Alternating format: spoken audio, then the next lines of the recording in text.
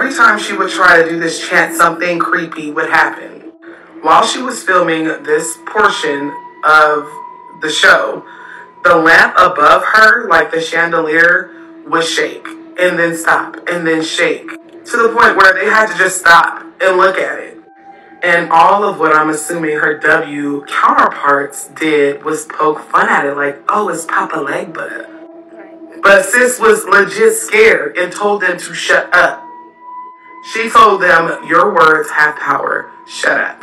Y'all ever hear about that actress from American Horror Story Coven who was getting her ass beat spiritually for playing in a deity's face? Get your popcorn. Hi, my name is Noah, and on my page we talk about death, spiritual reparations, haunted people, places, and things, and how you can fuck around and find out. If you're not following me, go ahead and follow me now. No one talked about all the crazy shit that was happening on set, specifically with Gabrielle Sidibe, when she felt super uncomfortable with the Latin chants. All right, trying to... If you haven't watched American Horror Story, they was going over Marie Laveau, Delphine Lalaurie, the slavery stuff, and witches all in one season. This is Gabrielle. She played a witch in American Horror Story. Summon Papa Legba. She really wasn't feeling it, right? And sis didn't even realize that them was her people, her spirit team, like, don't do that. But she had a job to do, so she did that job. And unknowingly ordered a big plate of fuck around and find out. While she was in her trailer with her makeup artist, they heard scratching on the side of her trailer. And without even a second thought, she turns to the makeup artist and said, we need to pray. We need to pray now. Again, her ancestors ancestry, letting her know, like, don't do this, girl. So they finish up makeup, and then it's time for her to recite the Latin chant to summon Papa Legba. Then in another scene where she was lying on her back went numb and she could not get up. She could not move.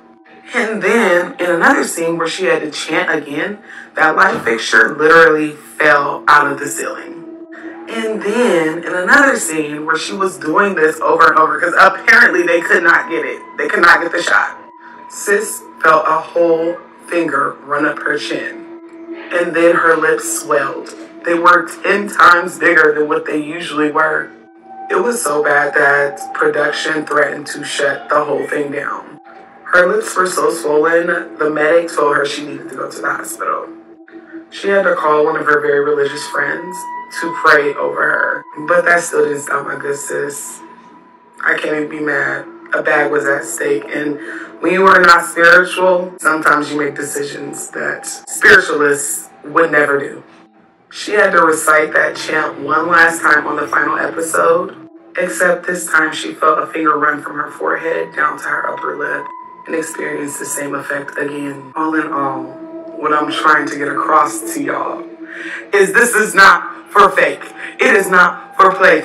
Papa Legba is not to be played with, okay? And you are literally black. I think you know that, right? And to be chanting Latin words to summon a deity, whether it's for on-screen or not, is pretty insulting to that said deity whenever they are a part of an African pantheon. I know for a fact Papa Legba was not trying to hurt this girl. She just needed a little spanking. Y'all do gonna be good. No, I'm just playing. Let's just clear the energy. Positive vibe. Today we're going to be talking about actors' paranormal experiences while shooting paranormal films.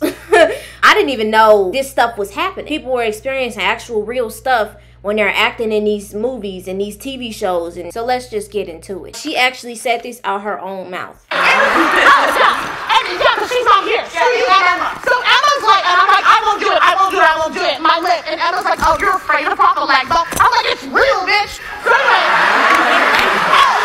mind you, this is what happened. I called Sarah, and Sarah believes me immediately. Sarah's like, do you want to come to my house right now? I will hold you like a baby. And I was like, I got it.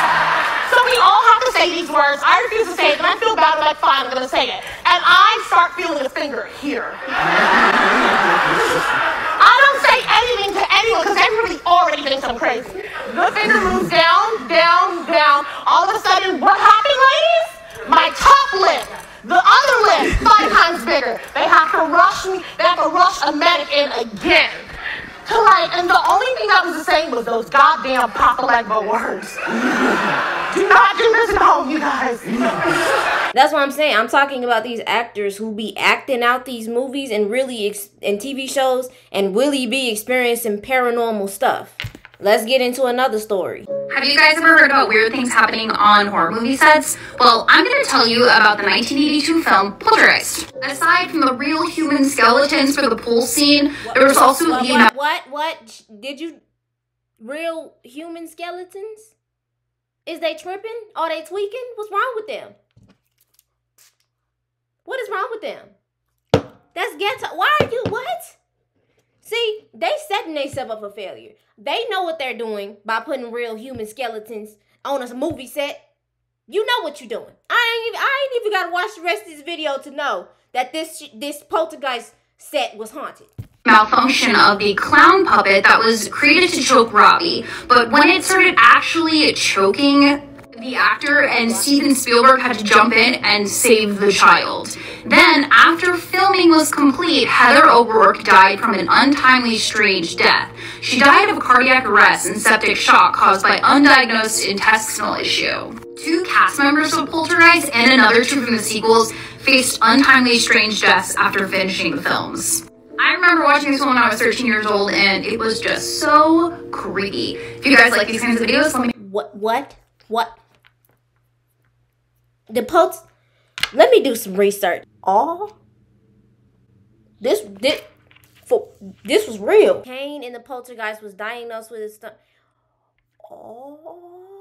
they calling it the poltergeist curse. This is literally the real definition of fuck around and find out. The set of The Conjuring was allegedly haunted. The movie was based on Ed and Lorraine Warren's investigation of the Perrin family haunting. After a 6-studio bidding war, production started in 2012 in Wilmington, North Carolina. The cast experienced creepy and unexplained phenomenon all throughout filming. Vera Farmiga, who played Lorraine, had trouble sleeping and kept waking up every night at 3 a.m. While she was originally considering the role, 3 claw marks appeared on her computer screen while she was on the phone with the director. At her first night home claw marks? After filming Wrapped, she woke up with claw marks on her leg. One of the sets built for the movie was a recreation of the Warrens' artifact room. The room didn't have real cursed artifacts, but it did have one little wooden statue of a pig that seemed to move around the room on its own when no one was looking. Bruh, somebody could have moved the pig, just to play games on the set. Let me look this up. Hold on. This is basically one of the actors from the movie The Conjuring telling her experience. That movie messed me up for my whole life. How do you explain that all of a sudden during the filming of the movie, mysterious bruises show up on you? All right. Okay, let's jump into this story, because this story, it's so weird. And this is truly like the root of why I'm so scared of that movie. So in the story, when the mom gets possessed, she gets all these bruises on her. And so during the filming of those particular scenes, I started having a lot of bruises show up on my body in bizarre places, like on my stomach, on my chest. Like, what? And so the makeup ladies thought I was stealing their fake bruises and like playing a joke on them. And I was like, why would I do that? I'm not doing that. That's crazy.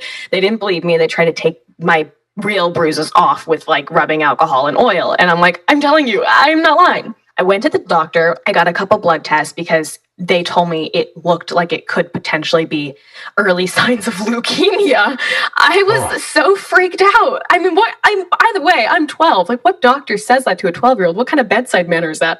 So I get these blood tests. All of a sudden, I'm told that I have this blood thinning condition called ITP, where basically most of my red platelets drained from my body mysteriously. I'd never had a blood problem in the past. I've never had a blood problem since then.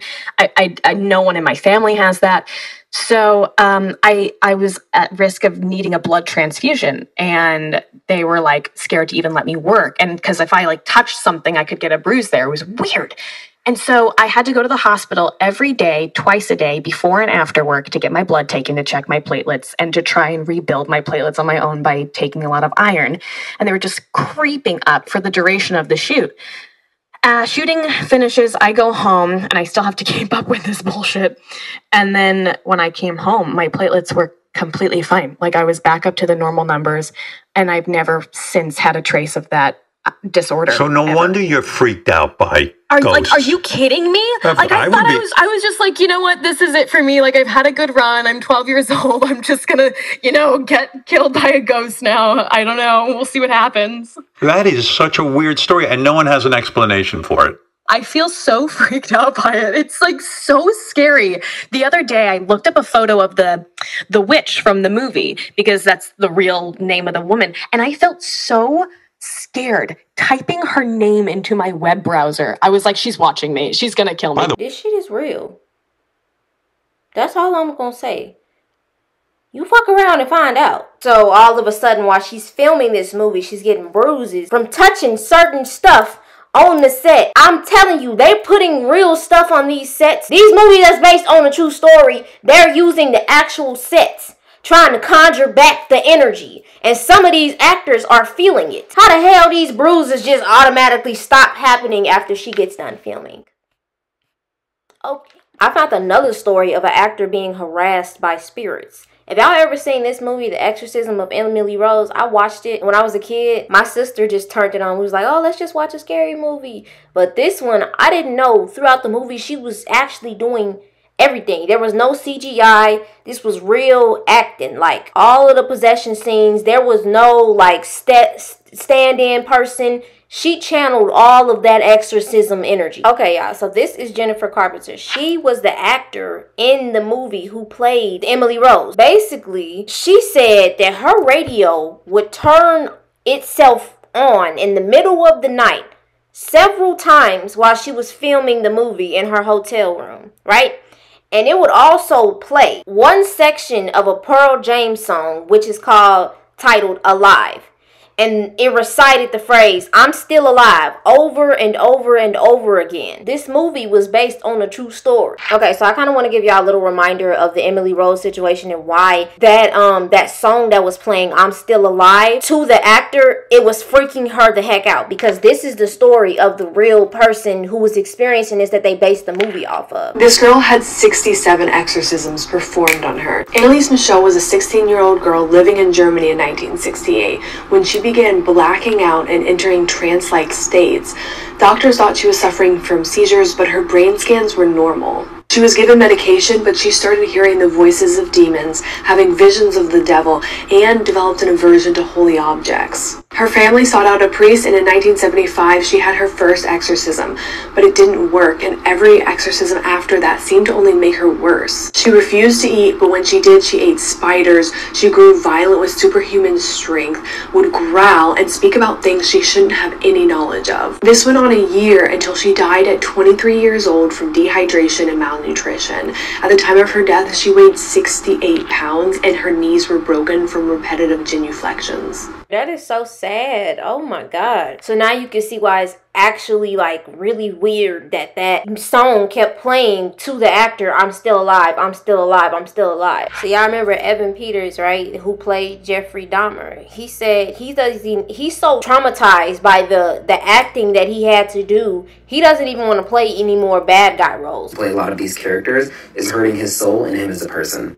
Besides being so exhausted and like drained from playing such disturbing characters, he said sometimes that these characters bleed into his own life. Evan said that in his own life he would find himself getting like unnecessarily agitated or like screaming in traffic or something, and he would have to remind himself that that's not who he is and he's not these characters. And that's what I'm trying to tell you. These actors having to channel these beings, these people who actually did this real stuff in life. Like, you start to take on that persona and that energy. I'm gonna tell y'all what else spooky situation shocked the shit out of me.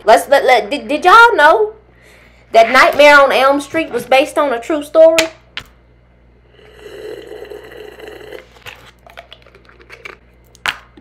Play the video. What if I were to tell you that guy and those events were based off a true story?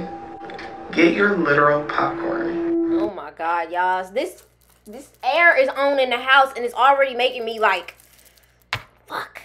Hi, my name is Noah. I'm a spooky spiritualist, and on my page we talk about death, spiritual reparations, haunted people, places, and things, and how you can fuck around and find out. If you're not following me, I invite you to. Happy spooky season. And on today's episode of Fuck Around and Find Out, we are going to be talking about the icon, the legend, the person that you don't want to show up in your dream, Freddy Krueger, and how that story came about. A certain article in the LA Times made this movie. And if you thought Wes Craven was that creative, God bless his soul, then you're mistaken. Because there's a backstory to where the Nightmare on Elm Street came from. Wes was reading the newspaper one day, the LA Times in specific, and he came across a really weird article. Remember, this man had never seen a horror movie before. The article was regarding a Cambodian family that was trying to avoid mass genocide and escape to the United States. They made it here and all was fine until a young boy began to have nightmares about someone chasing him, trying to kill him. And he was convinced if this person or thing caught him that he would die in real life. This boy would stay up for days on end when he eventually unalived inside of a nightmare. But that wasn't the only article in the LA Times that Wes Craven read. There were several other articles about people from Laos, Cambodia experiencing the same thing. None of the articles connected these people that were unaliving in their dreams together. All of them had something very similar in common. When the medical examiner would go in to take the body out, they all found coffee makers to keep them awake and sleeping pills that were never used. But that's not all. What? Once Wes Craven went down the rabbit hole, he learned that there were plenty of young men that came from these Asian countries that were dying in their sleep and complained of nightmares and a figure chasing them in their dreams. Many young men in Laos were literally going to sleep and never waking up and complaining of the same things. So much so that they gave this phenomenon a name. SUNDS. S-U-N-D-S. Sudden Unexplained Nocturnal Death Syndrome. The ailment affected young men between the age of 20 and 30 years old. Many of the men were from the Hmong community and were recruited by the CIA, agreeing to fight the North Vietnamese in the Vietnamese War, turning their backs on their own people. Between 1978 and 1981, there were 13 nocturnal deaths reported, and all of them were employed by the CIA and were Hmong. And according to the LA Times, all of the deaths occurred between 10 p.m. and 8 a.m. Many of the victims were found dead, but some did survive. The medic got there in time and found their hearts racing to the point of stopping. With so many Hmong men passing away from the same types of ailments, they started to try to put the pieces together and couldn't. And some Hmong people believed that they were being punished for turning their back on their own people. Wes Craven went on to shop this movie from this newspaper article to several large Hollywood producers, including Universal, and they turned him down. And The Nightmare on Elm Street went on to produce 8 other sequels. And while this idea was a box office smash, it is also a gentle reminder to do good and be good, because the Hmong men that all passed away or experienced this person or thing chasing them in their dreams and murdering them, and then some of them, most of them actually dying, was spiritual reparations. Y'all remember to do good and be good. What the fuck? Bro, y'all don't understand. Y'all don't know. Y'all need to really understand that movie, Dreaming, imagine, like, what do you do in your dreams? Like, when you haven't seen a movie where it's like somebody's trying to catch you in your dreams and then you have a dream about that. Man, I'm telling you, that used to freak me out. Never did I ever watch another Freddy movie again. I'm not playing with none of that. None of it. I rebuke it. Actually, let's just clear the air real quick. Clear.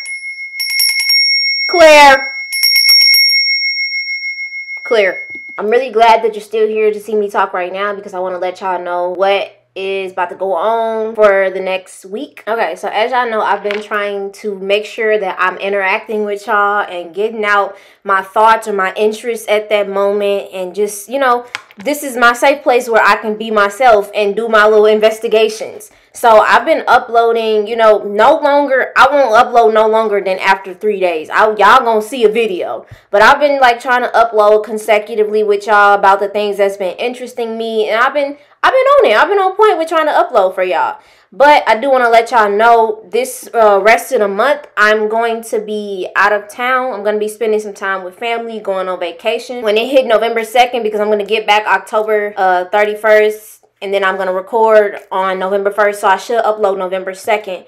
You know, but I just didn't want to like go ghosting y'all. Y'all be like, why haven't you uploaded? Because I'm going out of town and I'm going to spend some time with family. Y'all know I like to do my metaphysical, multidimensional, spiritual investigations. So I promise you that this little break, this little week that I'm going to take off, y'all know the downloads be coming to me and I'll be having to get them out. So regardless, I'm going to still come with more videos in November. I just wanted to give y'all a heads up before y'all be like, where the hell is Kai at? So I just wanted to say thank you for all of y'all's support. Thank you for watching this video and, you know, watching the other ones and just, you know, hanging out with me while I'm doing my investigations. I really do appreciate this family that I've built on this channel. I ain't going missing. I just wanted to let y'all know what I was about to be doing. Like, for real, do y'all see that we are at 76K supporters? Like, that is crazy. But to see this, like, most of the time you don't really realize that the growth that's happening for yourself until you actually take a look at what you're doing and look at all the things that you've created. I'm really grateful for